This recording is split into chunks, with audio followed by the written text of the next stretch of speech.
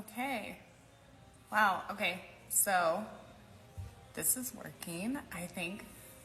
So this is my first live on TikTok.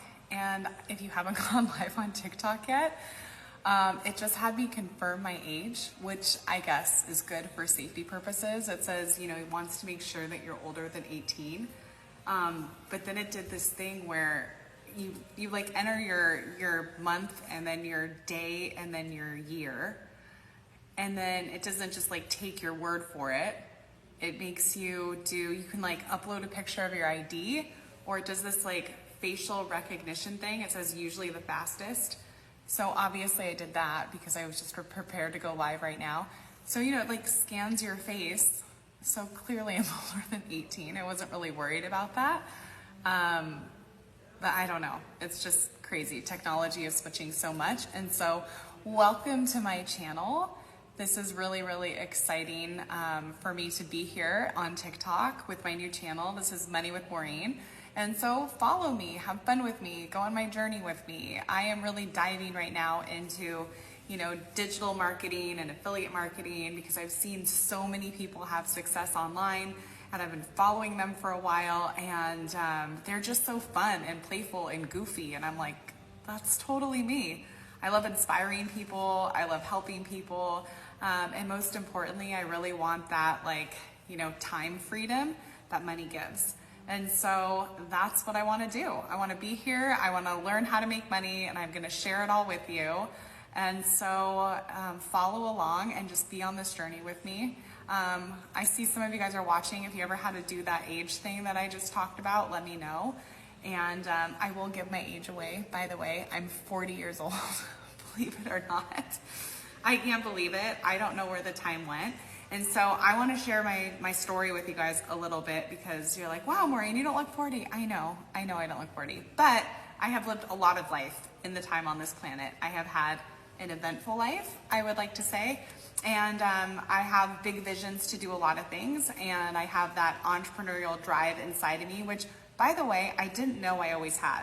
So if you're thinking that you're in a corporate job and you hate it, like I did, and you're thinking like, I just don't have that drive in me to start my own business or be an entrepreneur or solopreneur, I promise you probably do. You probably do if you're even inspired to watch this. So I will give $100 to anyone watching if they can guess what my degrees were in college. I went to UCLA. I will give you a hint. I love science. I'm a science nerd. So I actually have 2 degrees. I have 2 Bachelor of Science degrees. One is in astrophysics and the other is in geology. And so I always used to love to joke and say that I'm super down to earth. These are really funny, lame geology jokes. But it's true. I am considered down to earth by my friends, and I think I'm pretty down to earth. But I grew up in a family that was very just like structured. You go to school, you get the good grades, you play all the sports, you do all the extracurricular activities so you can get into a really good college or university. And then you get the job and you put the money in the 401k and then you retire. And so I thought that was the way to be successful, and that's how I defined my success. And I went to UCLA, and I actually loved my time there. I really had a great time. I'm such a nerd. I love studying. I love learning. I actually switched my major 7 times, but it was always a science. I think I started off, I really wanted to be like a marine biologist. And so I originally went to school as what was my first one? Animal biology. That was my first major. It was animal biology. And then I switched to microbiology, immunology, and molecular genetics.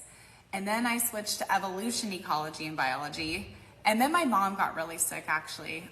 She got diagnosed with ovarian cancer my freshman year in college.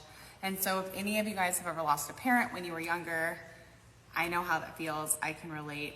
It's awful. And but when she got sick, it inspired me to switch over from like animal medicine to human medicine. And so I was pre-med for a really long time. And then I was just really disheartened with the Western medical kind of whole system. And so I got out of that, and I had a lot of, trauma around that, but I was still just like so science and math oriented. And so I thought, okay, after she passed, I was like, what can I study that has nothing to do with like the human body or the animal body? And so naturally, I landed on rocks and planets. I was like, okay, rocks and planets. They don't bleed, they don't have emotions. It felt emotionally safe. And so that's how I got into astrophysics and geology. And I wasn't really like playing it forward all the way.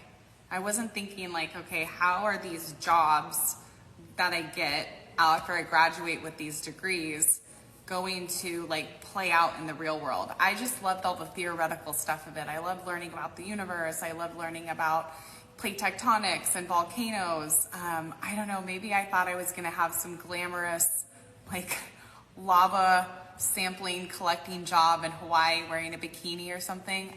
I don't really know. What I didn't think was that I was going to be working at oil refineries and hazardous waste facilities and landfills 60 to 80 hours a week with a hard hat and steel-toed boots, which, no joke, that's literally what I did for 10 years. I did that for 10 years, and then 10 years into my corporate career, I was making $55,000 a year. And so, you know what, I've had a blessed life in that sense, so I can't really complain. And so I don't even want to speak badly about my life because I had great coworkers. I lived in Southern California though at the time, and so that amount of money trying to live as a single person was really, really hard. I felt like I was just working to live and just working to pay my bills, and I wasn't able to go on a lot of, you know, trips with my friends, or one of my friends was getting married or something would happen and I couldn't even go. I couldn't go on the destination wedding trip because I didn't have the money. Like all the money that came in would literally go out just to pay my bills. And I used to get really, really jealous of my friends that worked in, you know, some sort of sales job. Like a lot of them worked in pharmaceutical sales. They were like medical sales or pharmaceutical sales reps. And so they made a lot of money. They made six figures. Even when we were in our mid-20s, they had a decent income. And I just remember thinking, oh my gosh, like I wish there was a way for me to make more money so that I could really enjoy my life. And I didn't think that I had it in me at the time to be in any sort of sales role. I still had this like creepy feeling inside of me with sales. I always thought about like used car salesmen, and I just thought like, ugh, I don't want to be creepy. I don't want to be gross. And to be honest with you, I also at that point in time had I had a bad association with people that made a lot of money. My mom married someone when I was a teenager, and he was financially very well to do, and he was not the nicest person on the planet. And so I think that at that stage in my life, I associated people that had a significant amount of wealth with honestly just kind of being douchebags, like not really the nicest people.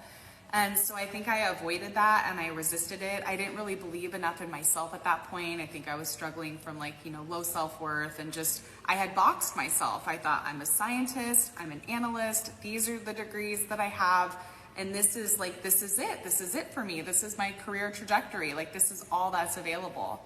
And so I just did that. And I even ended up moving from California to Idaho because I thought, okay, this is what I always told myself and my friends at that point. I was like, if you have a job that doesn't pay that much money, but you're intellectually stimulated and like emotionally fulfilled by it, then that's great.